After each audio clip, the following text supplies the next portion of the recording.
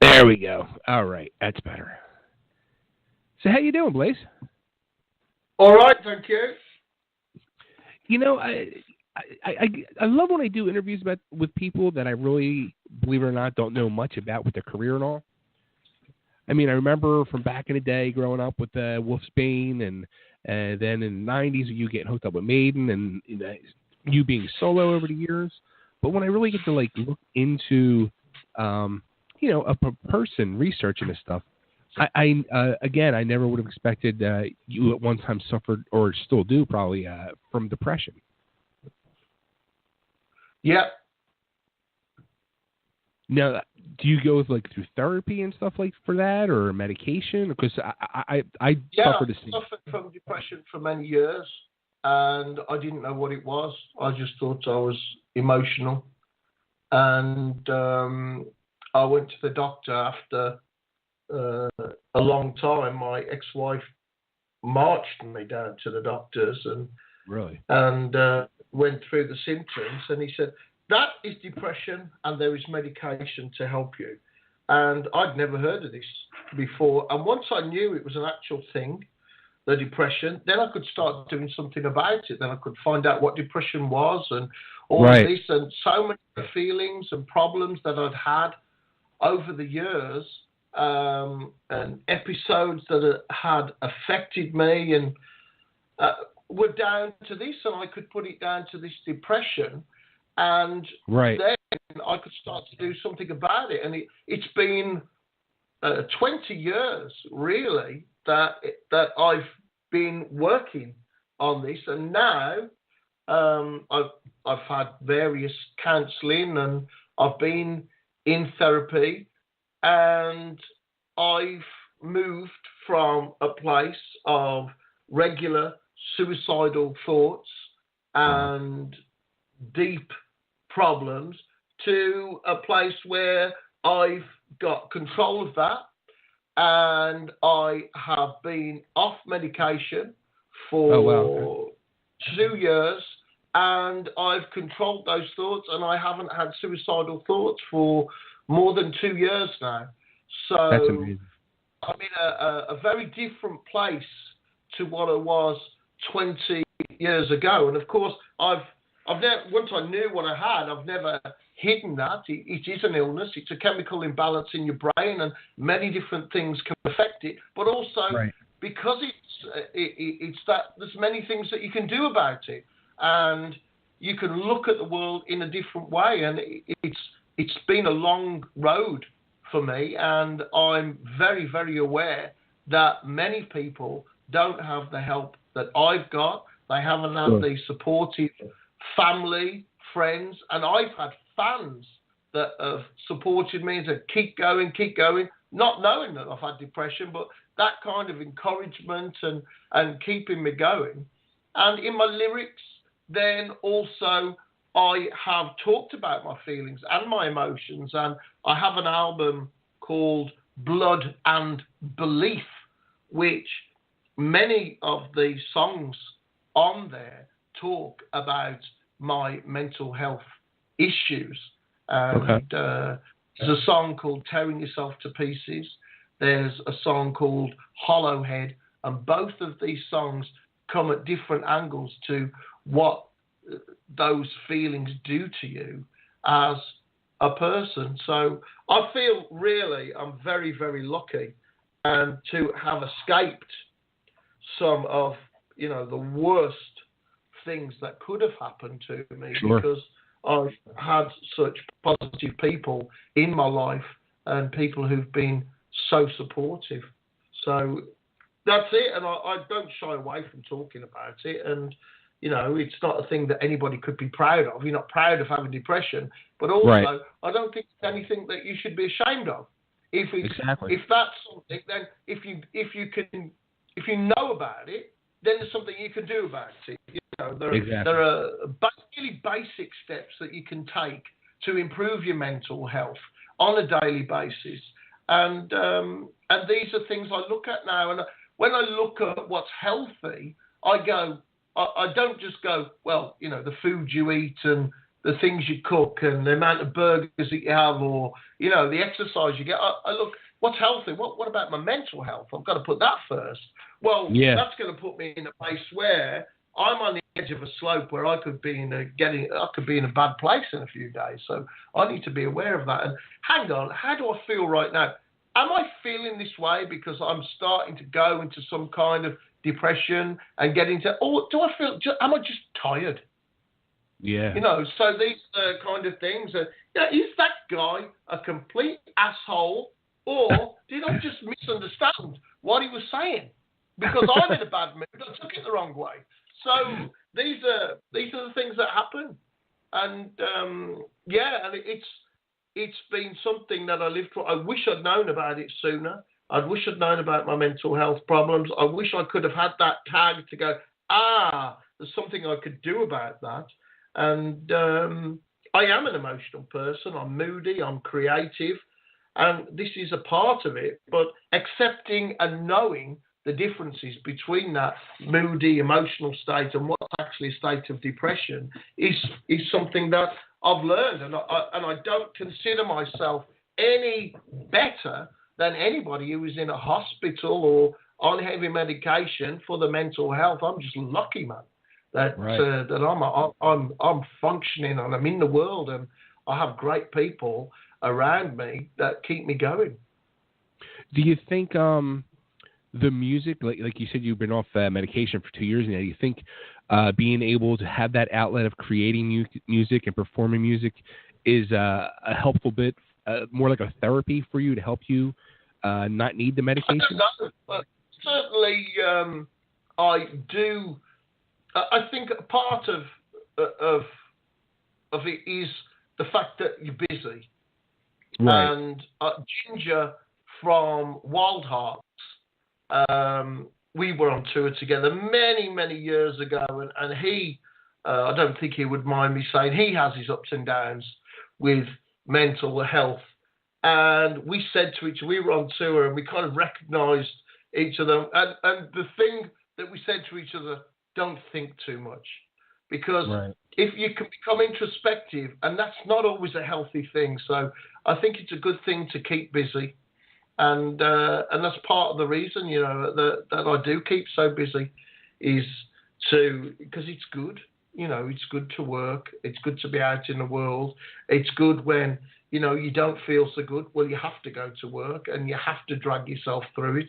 I think sometimes that's a good thing to not give into it, and it is a very good thing to give into. And if you have that pressure on you that you've got to get out there, and I'm very, very lucky, really, that I've been able to recognise it and find some things that work for me to help me through it. And I've often on my albums and in my lyrics, there's been either a very direct description of my feelings and how they relate to situations in my life, or there's been a metaphor that I've been able to use. Like on my Silicon Messiah album, I have a song called Stare at the Sun, which is actually, on the surface, is the story of someone who is on a mission in space, and they're looking back at the solar system, and they're looking at the sun now so far away that it's a star, that it's a tiny thing, you can't even see the Earth. And that metaphor is one for isolation and loneliness and the feeling that you are in an utterly hopeless situation and that you can do nothing about it. So that song is a metaphor for that situation, where as tearing yourself to pieces on the Blood and Belief album, that is an actual direct expression. You're tearing yourself to pieces, tearing yourself apart, and you're doing all of this to yourself. And that song is a very direct thing. The song Hollowhead is the lying to yourself and not being prepared to own up that some of this you can do something about. You don't have to be a victim, but you don't realise that. While you're in a state of depression, it's very difficult to do something about. So the character in Hollowhead invents a medical condition that he can suffer from so that he does not have to own up or have responsibility for his own mental health. Wow. See, now I have to go back and listen to these songs in depth and really, now that I know the true meaning behind them, I really got to get into all this stuff. So on my Infinite Entanglement album, then there's a certain amount of this character. William Black is someone who was chosen to be a member of the crew on a mission that will go to a Earth-like planet discovered by Kepler Space Telescope to explore that planet. So he thinks. And they say to him, this journey is 1,000 years because there is no faster than light travel. And you have to take care of the ship, so you won't be in stasis very long. You're going to have to get up. Anything that goes wrong, any basic maintenance, you're going to have to get in and out of the ship quickly and all of that. You've got to have this special spacesuit attached, and it's going to be close-fitting. It's going to be surgically attached. But don't worry, at the end of the 1,000-year mission, you'll take this off, you'll have your regular body, you will have survived. And so he wakes up on the spaceship, on the mission, and he discovers this is not a spacesuit. This is a machine body, and his consciousness has been downloaded from his own human body and put into this machine body. And now he thinks like a human, he feels like a human, but he has a machine body. Am I human? Is the question that he asks, and he has to answer. And it is this defining of yourself that is central to the story. Does your past dictate who you are now? Or is it you and the way that you choose to define yourself now in this moment? Does that dictate your future and your own destiny? And that's how the story goes, as he discovers why he's there, why he's on that mission. On part 2, which is the Endure and Survive album, it is enduring that mission of 1,000 years, to endure every day of 1,000 years almost, and to do the most terrible things. He finds out that he has murdered every member of the crew that are on the ship. And then he finds out that he did this in a hypnotic, suggested state. And it was always planned that he would do that. No one on that crew was ever supposed to reach the new planet. They were only supposed to get the ship there, which contains genetically perfect DNA to grow the genetically perfect human beings who will inhabit the new world. And then after he has disposed every member of his crew, then the ship and the central computer try to destroy him. And that is the song Destroyer. And they try to get rid of him and stop him from reaching that new world. That is the survive. To survive this attempt to obliterate and destroy you completely. That is what the core of the Endure and Survive album is about. And of course, it's quite dark in places. And many fans have said that they like it even more than the first album, which has this melancholy sadness of leaving behind everything that you've ever known. But you have a future in front of you with no regrets, a fresh start, something which is so rare in life. But everything has been a lie. The reason you were there, what you thought was a certainty, everything is a lie. And the song that describes that is called Eating Lies, where your uncertainty becomes your reality. No, I mean, when I first was going through and learning about this whole, this trilogy of albums you're doing right now, and like you said, the newest one, Endure and Survive, I'm thinking sci-fi concept. It's got a whole concept to it, which it does. But this whole concept that you're doing goes way deeper than this whole science fiction story behind it. Well, it's essentially human, because it is my belief that we will, as humans, no matter how technologically advanced our society or elements of our society become, we will always want to hold hands with someone that we love, someone that we are close to. We will always want to stand and sing songs next to a stranger in front of a band that we love.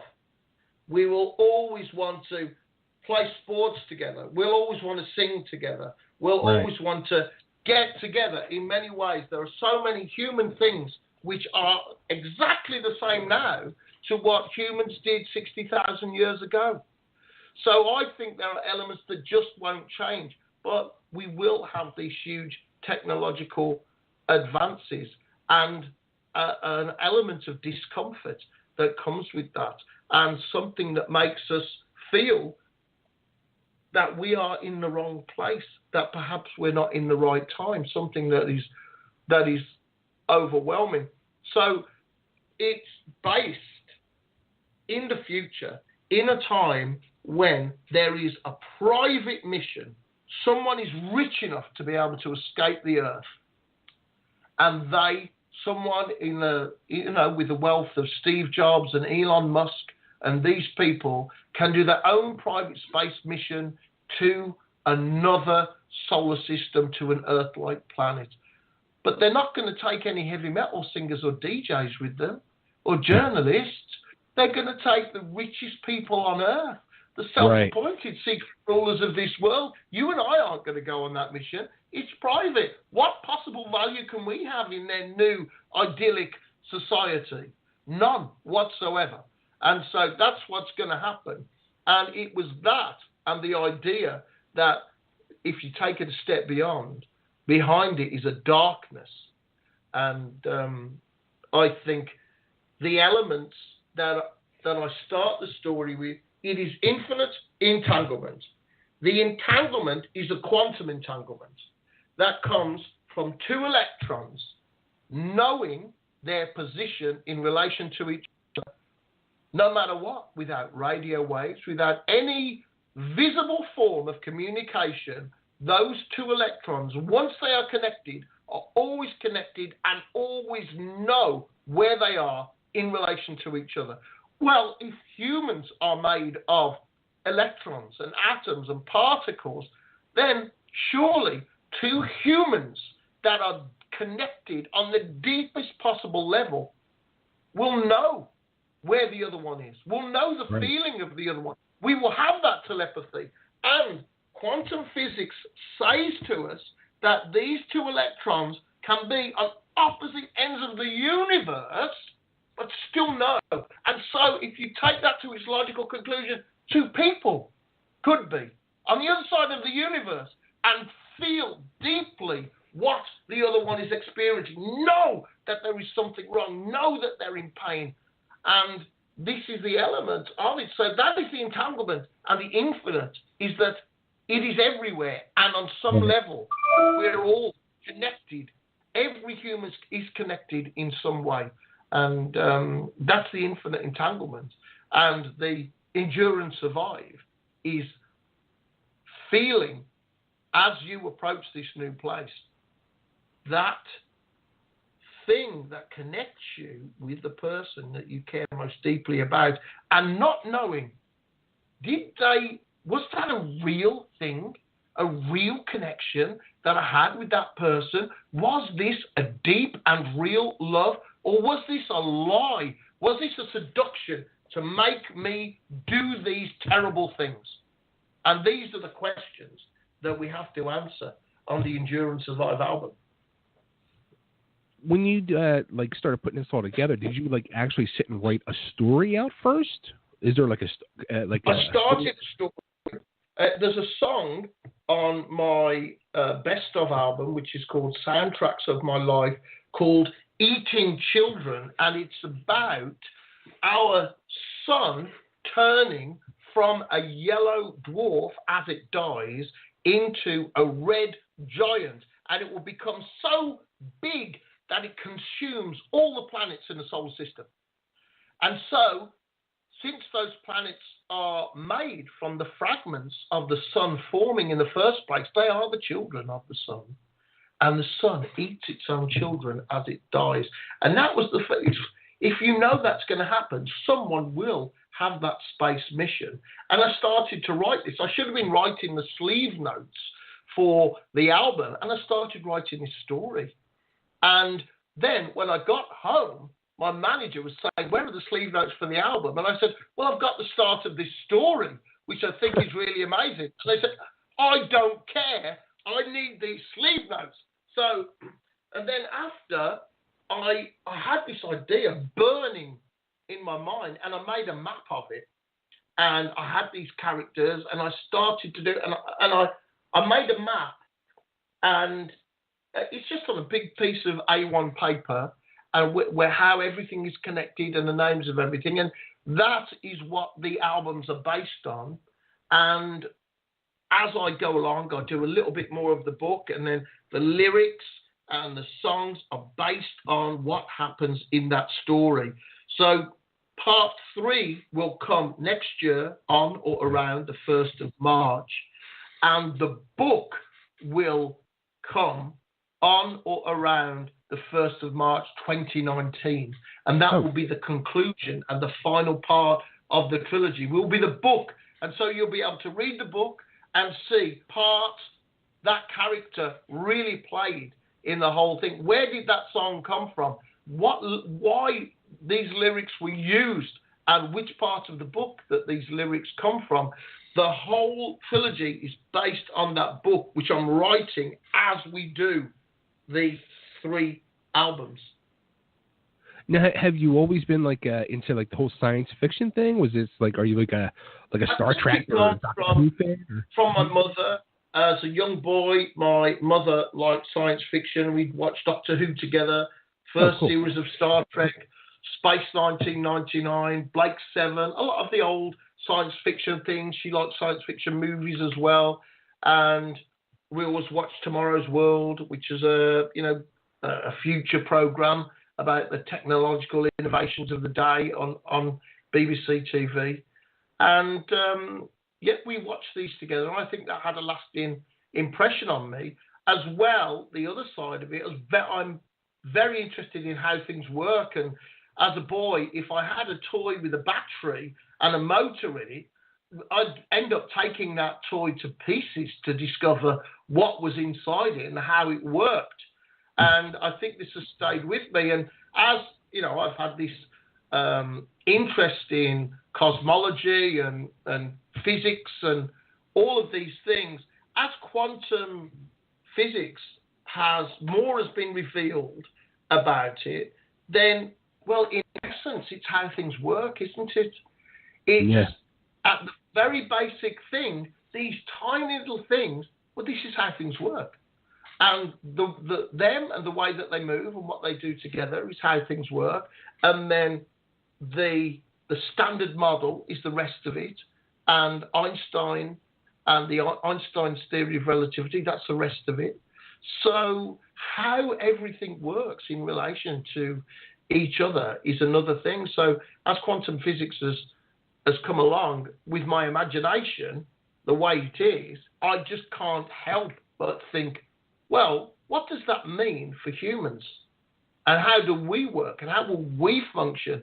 And will we have a telepathy that's discovered? And it is my belief, and I know it sounds completely crazy, but that's just normal if you know me, that there is telepathy. And one of the things that will be discovered, and perhaps it may be 20 years away, it may be much closer, is the particle and the things that travel through us and make this telepathy possible. Perhaps telepathy is carried on neutrinos that pass through the human body and take these feelings and thoughts. I absolutely believe that there is a telepathy and that it will be discovered, and science, because it's never been a legitimate area for research, as the most bizarre things about quantum physics become true, then it's not so bizarre to think that if you're deeply connected to someone, you could have a sense of what they think. Oh, I totally agree.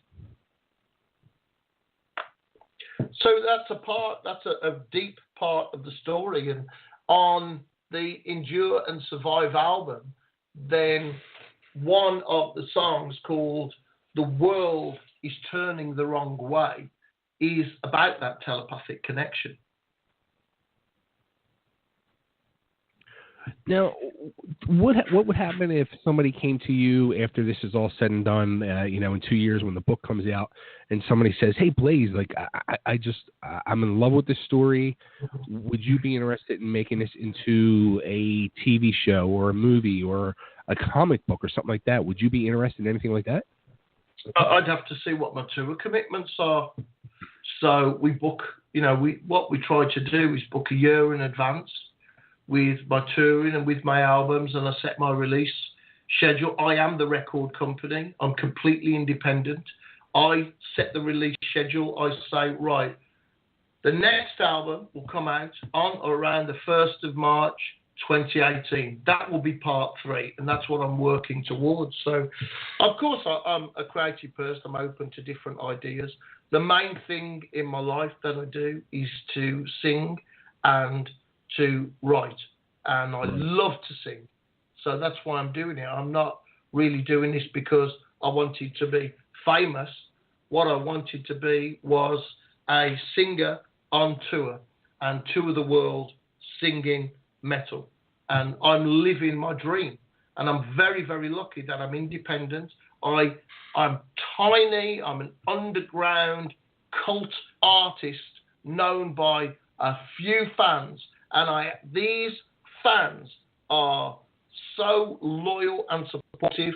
They pre-order my albums, and that means I can make my albums and I can go on tour and live this incredible life as a professional singer. And I'm so lucky to be able to do that. The people that make that possible are the fans that support me as an independent artist. Are you happier that way? Do you prefer that instead of having this big corporate, label behind you telling you when and where and how to do it? I think somebody said a long time ago that no amount of money comes without strings. Right. If somebody gives you a lot of money, basically they are saying, the more money I give you, the more you do what I say. And I don't have to do what anybody says. So to be independent, to be free, to be able to work a job that you love and be supported by people that understand what you're doing is incredible. So answer me this. Do you want to be a rich slave or a poor but independent free man? And these are the choices that I've had in my life. And right. I'm very, very lucky to be in the situation that I'm in, to have had some of the great opportunities that I've had, and to have the incredible support of so many loyal fans around the world that make it possible for me to continue. But like when after the whole Iron Maiden thing, when you I guess were you technically fired from Iron Maiden and they were getting Bruce back or however it went, like when that whole thing was over, did you say to yourself, like, what do I do now? Or did you have the plan in your head, like, it's time to be Blaze and stand on my own? Or were you thinking, do I talk to Wolfsbane and get them guys back together at this point? Like, did you have a plan in your head at that point? No. Well, what I wanted to do, I'd always been in a band, and Right. I'd always been writing, and that's all I'd ever wanted to do. So I thought, well, I don't want to go back to Wolfsbane at this point because I've learned so much in Iron Maiden, musically, and about my voice and about music, that I feel I've got some great ideas, and I had some songs that were ideas, just embryonic, that I really wanted to finish and put on an album. And I had the idea to make an album, and there was a strong science fiction element to the album. So I really wanted to make it. So I got a band together, and using all the money that I got from Iron Maiden, I made my own album. And then I had to shop around for a record deal. But it was a failure, a complete failure, because even though I got a record deal, there were no tour dates. There was no tour to go with the Silicon Messiah album, and it was a complete flop. And then I did some touring, and we kept going, and then we started to get somewhere with the Blaze band, and I really wanted to build a band vibe and keep a band together. And then the management I had at the time said, "Oh, I think it's time to make your second album." And I said, "Well, I think we should be on tour, because the first album it just hasn't had much support. Let's stay on tour and let's record the second album in the winter when we can't tour." "Oh no, you should go and record now." And the second album was a flop as well. So that was a failure. And then I did the next one was I did a live album and my Blood and Belief album, you know, the one we were talking about earlier, which contains so many references to mental health. And then I was dropped by the label, and I had no record deal, and I wasn't able to bring out any albums under my own. And I was still in this illusion that you had to have a record deal with somebody to bring out an album. And it was after that, really, that I thought, you know what? I've thought about having my own record label before, but I never thought about it from the point of view of me, just me being the record label, and just me on that label, just me. And I went and I had a meeting with a distributor, and I said, I want to do a deal where you do the distribution and I'm the record label. And he just looked online, and he got all some software and some figures of you know, my Iron Maiden recordings of this, that, and the other. And he said, yes, okay. And I'm like, yeah, we can do it. And so that's it. And that was the start of Blaze Bayley Recordings. And I just, you know, it's been up and down, and it's very, very tough to do. But now, years after, now finally we're in a situation where I can say that is when I will release the album, and we can afford to do it, and we can make the album. And because I have the support of loyal fans that pre-order the album, I can keep going. And that's it. And I've done The Man Who Would Not Die. I've done Promise and Terror, and I've done some live albums, and I have this trilogy now, and I've re-released Silicon Messiah, and I did the anniversary tour, the Silicon Messiah tour that never was. I did it. I did, I think, 30, 40 shows across Europe, and I had my Silicon Messiah tour, and it was a big success. And we really, really enjoyed going and saying, you know, when this album came out, I never had any tour dates booked, and I didn't have a tour. So this is the Silicon Messiah tour. And we did it, and things just bit at a time, you know, have got better. And now I'm able to say, and it's almost impossible, that you can say, I'm going to do 3 albums and these are the dates that the albums are going to come out on. If you're in a big label, they tell you when the album comes out. Sure. But I say when the album comes out. I have a great manager. I work with a very small but very hard work, very talented team of people on the label and in the band, and it happens. We work hard, we make it happen, and we do the best possible work that we can. And we're coming to USA and Canada with the guys who've played on the album, the guys that have done the last 4 tours of Europe with me, and they played on the Infinite Entanglement album, and they're on the new album Endure and Survive, and we're writing part 3, which will come out in 2018 on the 1st of March. And we hope, if this tour goes well, that we can come back to US and Canada with part 3. That's awesome. Now, have you had any labels come to you over the last so many years and say, "Hey, Blaze, we'd like to, do an album with you"? And turn around and said, "No, I want to do it myself." Why would they approach me? I stand on stage and sing freedom. I sing a song called Blood and Belief sometimes is in my set, and it says, "They take from me my blood and belief," which is my creativity and my ability to work and record and make songs. So why would I ever enter myself into voluntary slavery? Right. Unless I was starving, unless my family was starving. Why would I ever do that? No. What price do you put on your own freedom? No, you're right. You're right. Now, how about the whole thing with Jeff Tate, the whole Trinity tour and all? How was that? Oh, so fun. So much fun. I mean, Tim Ripper Owens is like the Bill Hicks of heavy metal. He's so funny. His sense of humor is incredible, man. He's cracking up all of the time. The jokes we had on the bus, backstage, and on the stage. The banter was incredible. And he is just an awesome, on-the-money machine of a vocalist.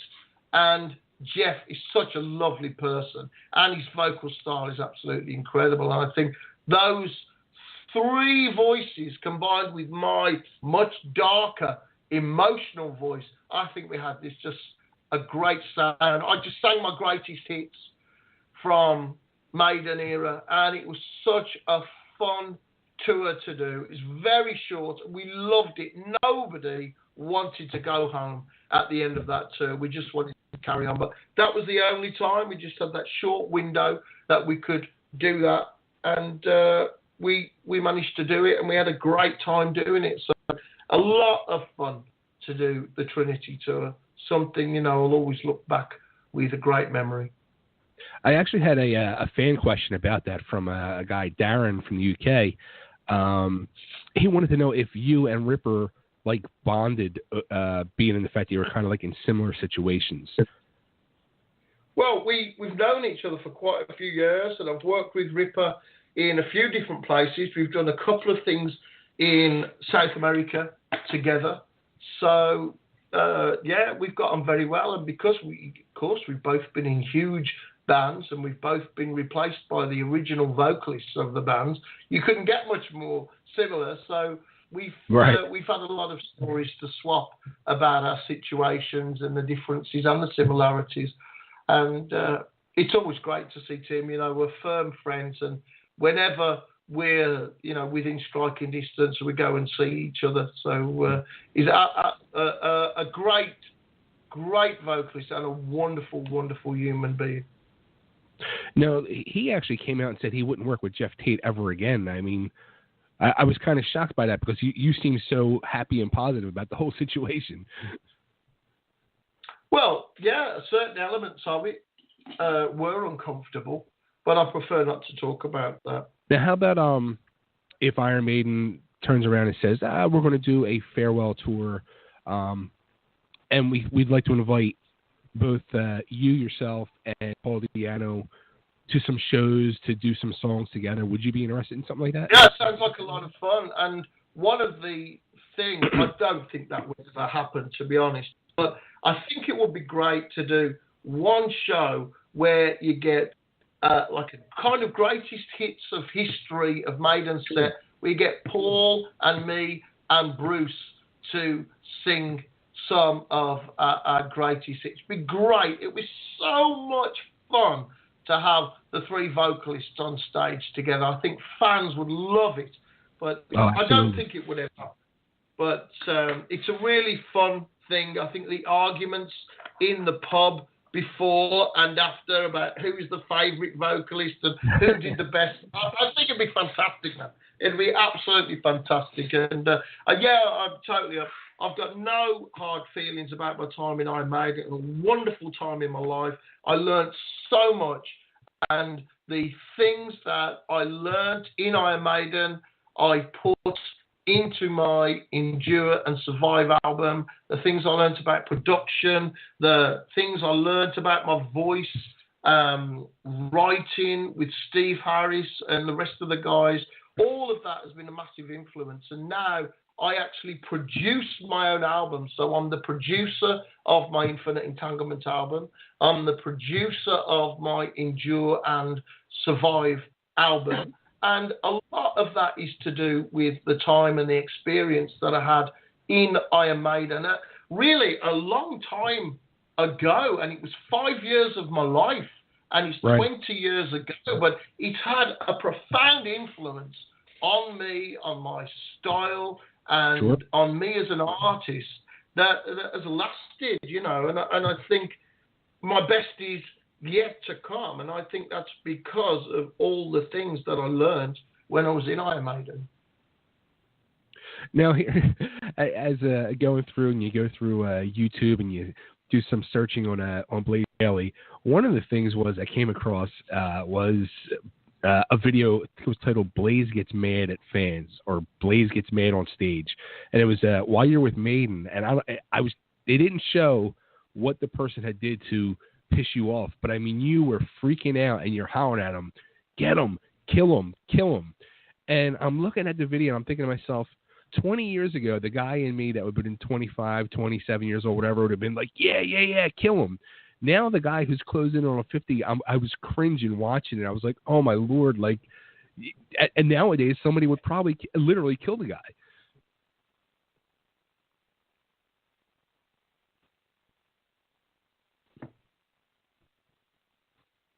Hello? Yeah. Did you hear that? That's a question? Like, you didn't ask a question? Did you, like, when you see a video like that now, like 20 years later, do you cringe yourself or? No, absolutely not, because that was Chile, and Iron Maiden were banned from Chile. 20 years before that, the church banned Iron Maiden from Chile. They said Iron Maiden was Satanist because of the artwork of Number of the Beast, without even knowing anything about the lyrics or the personal religious beliefs of anybody in the band. They banned Iron Maiden. They stopped them coming into the country. So 20 years later, Metallica have been there, Black Sabbath have been there, Bon Jovi's been there. Every major artist in rock has been and played a gig in Santiago, Chile, except Iron Maiden. And so fans had been waiting, some of them, for 20 years to see Iron Maiden. And this was the most important gig for them that they would have seen in their life. And we got to the venue, and the tour manager came backstage and said, 40 minutes, yeah, fine. 5 minutes later, the tour manager came back and said, 10 minutes. I said, what happened to 40 minutes? I said, the support band have been bottled off. And it's obvious. Nobody wants to wait another 10 minutes. If they know Iron Maiden, they've been waiting 20 years. They don't want to wait any longer. So backstage, cheer, man, when those lights went down, was just, I would never forget it. The hair's standing up on the back of my neck now. We all looked at each other in the band like, wow, this is incredible. You could feel the electricity in the room. I mean, it was fantastic. And we went on stage and we started doing what we do and putting the energy into the show that we normally put. And I looked over to my right and Dave Murray's just completely standing still. He's backed off. He's standing in front of his amp. Yannick isn't going anywhere. I thought, what's happening? I went over to Dave's side, and there's these 6 guys spitting at Dave and anybody who goes over to Dave's side. And so we got to the trooper, and I stopped the show, and I said, and this whole thing is on Chilean TV, because Chilean TV bootlegged the show, and you can find the whole show. What I actually said was, before I lost my temper, was, you 6 guys are spoiling this show for the 20,000 people who are here. There are people right back there who'd give their right arm to be in that front row, and you're spitting at us. So we can't do the show that we normally do because of you 6 guys. So you are spoiling this show for everybody else. So get out. Wow. Get these guys out. It wasn't because they were spitting at me, which is a complete insult that they're spitting at us. But what really got me mad, and the reason I lost my temper, that they thought they were more important than all of those other fans who just wanted to come and see the music, see the band, hear the music, and they've been waiting so long. And who the hell are these people to destroy that experience for all those other people? Who the hell do you think you are? Yeah, get out the gig. I will come down and kill. I don't want you here. Why are you here? You're spitting at us, mate, you know, and all the terrible, I mean, you don't even think about the diseases. Sure. So that's what really happened, but you've just got a tiny snapshot that some idiot puts online, and it looks like I've lost my temper for no good reason, and I'm going to jump in and kill someone. Well, I mean, it should be obvious to anybody with any level of intelligence that it's got to be something pretty serious before you stop the show. Oh, yeah. I knew it was serious because, I mean, you can tell it was no joke. Like, you were furious. I was like, wow, like, this is, like, I wanted to know what happened. Like, what sets you off like that? And that makes a whole hell of a lot of sense right there. Now, another video I came across was you performing solo. You were going to sing Wasted Years, and you said beforehand, this is a song that they wouldn't let you sing. Yeah, that's right. Because it's one of my favourite all-time Iron Maiden songs, and I've sung it many times with different bands and with Thomas Faison, who is a classical guitarist that I work with when I do my acoustic shows. I do it with Thomas Faison on classical guitar, and we often choose different songs that are just like, you know, songs I really enjoy singing. I love to sing. Sure. And but that has to be in the right key. And my voice is different to Bruce. I love Bruce's voice. Got a fantastic range, great voice.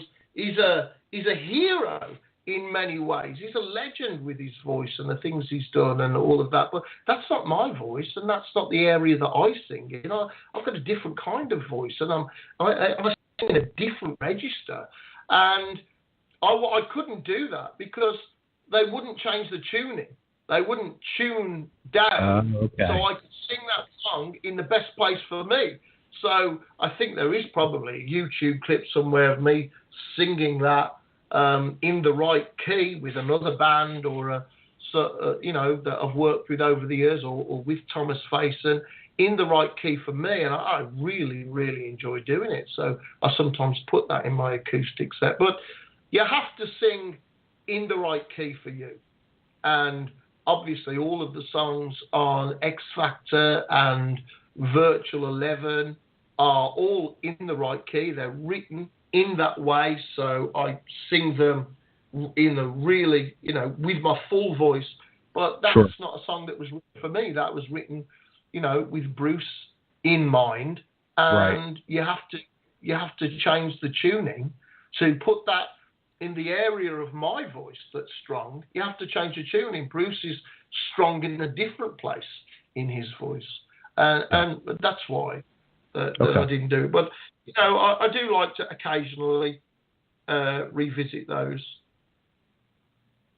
Nice, And one last question on the whole Iron Maiden thing. Actually, another fan question. This is from Mike from New York. He wanted to know, do you think if Bruce never decided to come back, would you still be with Maiden at this time? Well, I would like to think so, because I was working on songs for a third album, and those are songs that I put on my own Silica Messiah album. So many of those ideas that I'd planned to work with, like Born as a Stranger and Stare at the Sun and Ghost in a Machine and a lot of the other songs, I was hoping to work with Steve Harris and Dave Murray, and I really thought that, in an alternate reality, Brave New World would have been my album. It would have been called Born as a Stranger, probably, or something like that. And that would have been the album that really turned things for us, and that many of the fans that hated me would have gone, well, actually, I can just about stand him now. So, all right, I'll stay with them. That's it. But there's plenty of fans that still hate me, and that's up to them. I have nothing but great memories from the years in Iron Maiden, and I've got so much support from people. The first time they saw Maiden was with me. X Factor, Virtual Eleven is their first Iron Maiden album. New fans of the band that didn't even know about me have gone back, got the catalogue, and wondered what the hell was this guy doing there, and then started to find out about my solo career. And I have these guys turn up at gigs and say, the last time I saw you was 1995 or 96, and I go, man, I've made 9 albums and toured with everyone, and that's when you saw me. So it's bizarre, really, but people come out of the woodwork, and I don't know. It's a time that I'm very proud of, and I don't have any real bad memories about it. I think I'm so lucky to have been in a situation where I was the lead singer of a band that I was a fan of for such a long time. Yeah. Did you ever, at any point, did you ever say to yourself during that time, holy shit, I'm an Iron Maiden? Oh, that's just a regular thing. That's just a regular thing. Try and keep myself grounded. The most important thing is the singing, performance, trying to do the absolute best that you can. But you're playing most nights. I mean, it's 10,000 people every night. And that's when heavy metal was right down, and they were saying Iron Maiden was dead. While the UK magazines were saying it's all over for Maiden without Bruce, we were playing to 10,000 people a night in the rest of Europe. So by no means was it over at all. And so you would just think, I would think to myself regularly, how could Bruce leave this? It's just incredible. The fans, the vibe of the fans, and people singing along with the songs. You write a song, you craft a song, and then it's on the album, and you're hearing the fans sing that song back to you. It's just the most incredible experience. And I don't know, probably one of the most rewarding things you could possibly have as an artist, to have that experience. So regularly, I would say to Steve, when we were on stage, in a quiet moment, how could Bruce leave this? It's, and I think so. Yeah, I always, regularly used to pinch myself. There's a lot of tough things. Those guys, people look at that as those rock stars, or there's no luck involved in what they've done. They've worked and they've sacrificed, and everything they have, every bit of success they have, they absolutely deserved. They've paid, each one of them has paid an incredibly heavy price in their personal life to be able to continue to do that and to be a part of that band and perform at that level. So it's not an accident. It's not free. It's not something you win on the lottery. It's real work and blood and tears and sacrifice that gets you to that level and keeps you at that level. Absolutely. Now, you actually, your tour kicks off this week here in the Philadelphia area at Sellersville on Wednesday. Does it? There's a tour? There is a tour. How about that? Wow. I don't know where Where you're are we finding the time between writing all these this music and book and all this stuff. You're going to squeeze a tour in, which is even more impressive. Oh, I can see. Yeah, I've got it on my laptop now. Yeah, we are. That's exactly right. On Tuesday morning, we are flying over there, and on the 9th of August, Sellersville Theatre, Sellersville, Pennsylvania, we're in full effect, man. It's happening. And we go 9, 10, 11, 12, 13. And we're going over, and we're going up to Canada as well. And we're even going down as far as Texas. We're going over to, we're going to Brooklyn. We're going to Poughkeepsie. We're going to Kentucky, I think. We're going to St. Louis. We're going to Texas. We're going to Hollywood. We're going to San Diego. We're going to Seattle. We're going all over the place.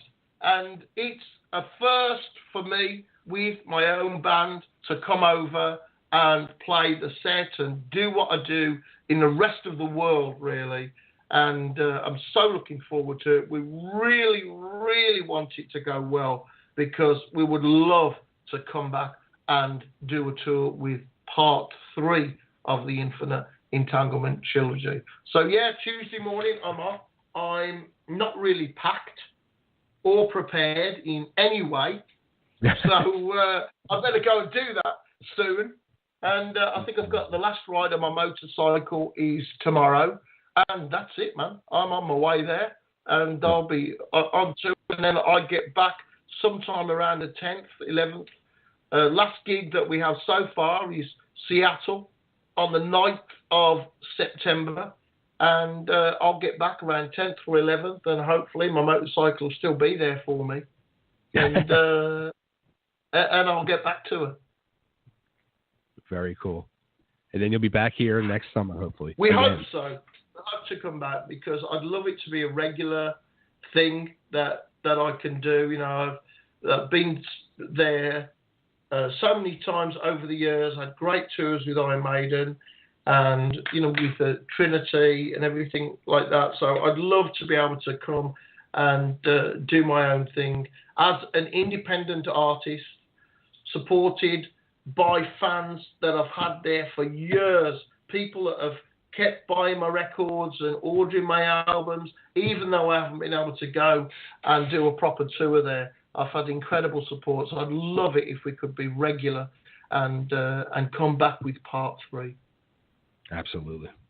Now, where can everybody go to get the albums and pre-order stuff and everything? Well, please go to blazebayley.net and go to Facebook official Blaze Bayley. Also, I'm on iTunes and Spotify and all of the other mainstream places that you can get your digital downloads if you prefer to get your music that way. My Infinite Entanglement album is on vinyl. The Endurance Survive album is on vinyl as well. The pre-orders for that have started, and that is coming very, very soon. That will be available in about a month from now, but you can pre-order it. So however you choose to get your music on CD, vinyl, or via download or stream it, then you can find it. And it's Blaze Bayley. The new album is called Infinite Entanglement. Part 2, which is Endurance Survive. The first album is Infinite Entanglement. And I have many albums, and all the things that are my own, that I own from the Silicon Messiah album, are all online and available. And also you can look for me on Bandcamp, and there's a few bootlegs of odd gigs that we've done as well. Oh, nice. Very cool. Blaze, this has been awesome, man. I want to thank you so much. I'm glad we got this to get hooked up, and it was a great conversation. Okay, well, thank you for your support. Thank you. And it's been great to talk to you. So thank you very much. I hope get the chance to see you out there on tour somewhere. You know what? It kind of sucks because you guys are going to be here in my area kicking it off on Wednesday. And I actually am taking my wife for our 20th anniversary to see Roger Waters. I think she will understand that celebrating your 20th anniversary with me. It's great. That is, it is. Hey, I might be metal, but I'm still romantic. So, it could be very, very romantic. Absolutely. So maybe you can talk to her about. Do you want me to phone her? Talk to her about it. Maybe I could swing that for you.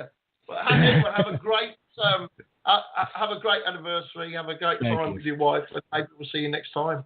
Absolutely. And before I let you go, if you can just cut a quick ID for me. This is Bayley, and you're listening to Totally Driven Radio. Totally Driven Radio. Yes. Hello.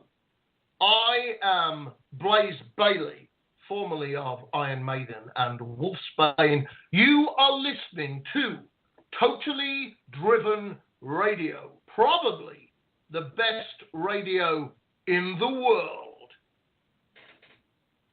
Awesome. Blaze, thank you so much, man. Take care and good luck with everything.